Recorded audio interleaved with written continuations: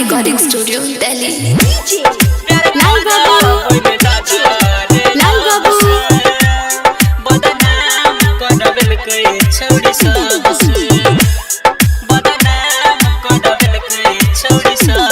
साजा काटे छियै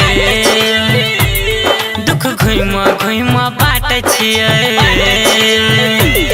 प्यार कर के साजा काटे छियै दुख घुमा घुमा बाटे छियै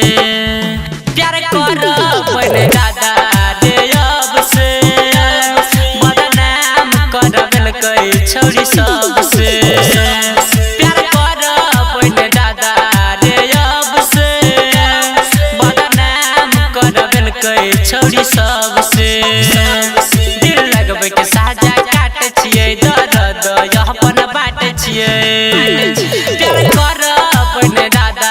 रे अब से बदनाम करबल कई छौरी सब से प्यार कर बने दादा रे अब से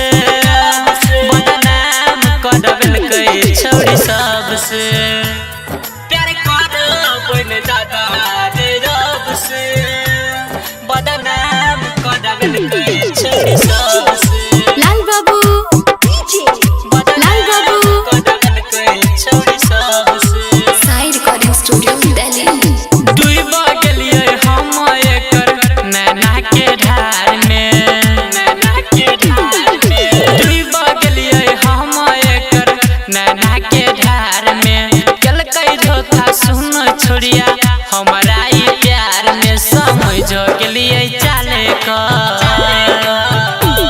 समझ गेलियै चाले कर ई रखने रहे सुनल भर डर लागे लगलै सुनल से बदनाम करबल कई छौरी सब से प्यार कर बने दादा रे अब से बदनाम करबल कई छोरिया सब से प्यार कर बने दादा रे अब से बदनाम करबल कई छौरी सब से लाल बाबू छौरी सब से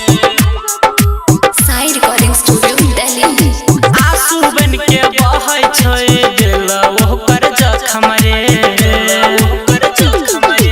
आंसू बन के बहै छै दिल ओकर जखम रे रमन जी यादव अंकित पर केल कहि कोन सीतम रे हम जाने रहियै सुनना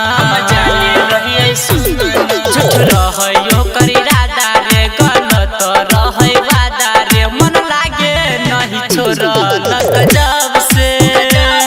बदनाम करबल कई छौरी सब से।